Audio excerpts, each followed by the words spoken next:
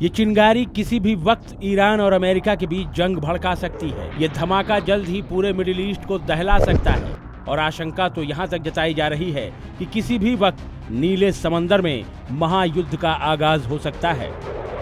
अब तक ईरान और अमेरिका के बीच जुबानी जंग चल रही है, मगर इसी बीच ईरान ने हवाई हमला कर दिया, वो भी आत्मघाती ड्रोन के जरिए।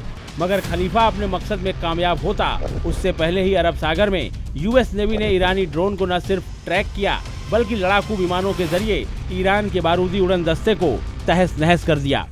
ईरान की तरफ से किए गए इस हमले पर मीडिया रिपोर्ट्स में दावा किया गया है कि ईरानी ड्रोन अमेरिकी युद्धपोत की तरफ बढ़ रहा था, लिहाजा यूएस नेवी ने ईरानी ड्रोन को इंटरसेप्ट किया, फिर F-35 फाइटर जेट के जरिए ड्रोन को तबाह कर दिया। जानते हैं, ईरानी ड्रोन जिस अमेरिकी एयरक्राफ्ट कैरियर के नजदीक दिखाई दिया वो USS अब्राहम लिंकन था, जिसे अरब सागर में तैनात किया गया था। लिहाजा ईरानी ड्रोन को खतरे के तौर पर देखा गया और उसे शॉट डाउन किया गया।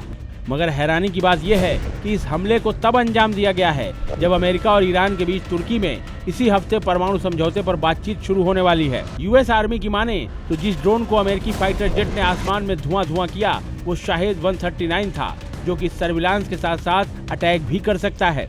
इसी बीच दावा ये भी किया जा रहा है कि ईरानी सेना चीन के याओगान और जिलिन सैटेलाइट से रियल टाइम लोकेशन इमेज और डेटा ले रही है, जिसके चलते उसका ड्रोन अब्राहम लिंकन के इतने करीब पहुंच पाया। यकीन मानिए, अगर ऐसा है तो यह अमेरिका के लिए खतरे का संकेत है, क्योंकि खलीफा के साथ चीन का आना सीधे सीधे ट्रंप को चुनौती है।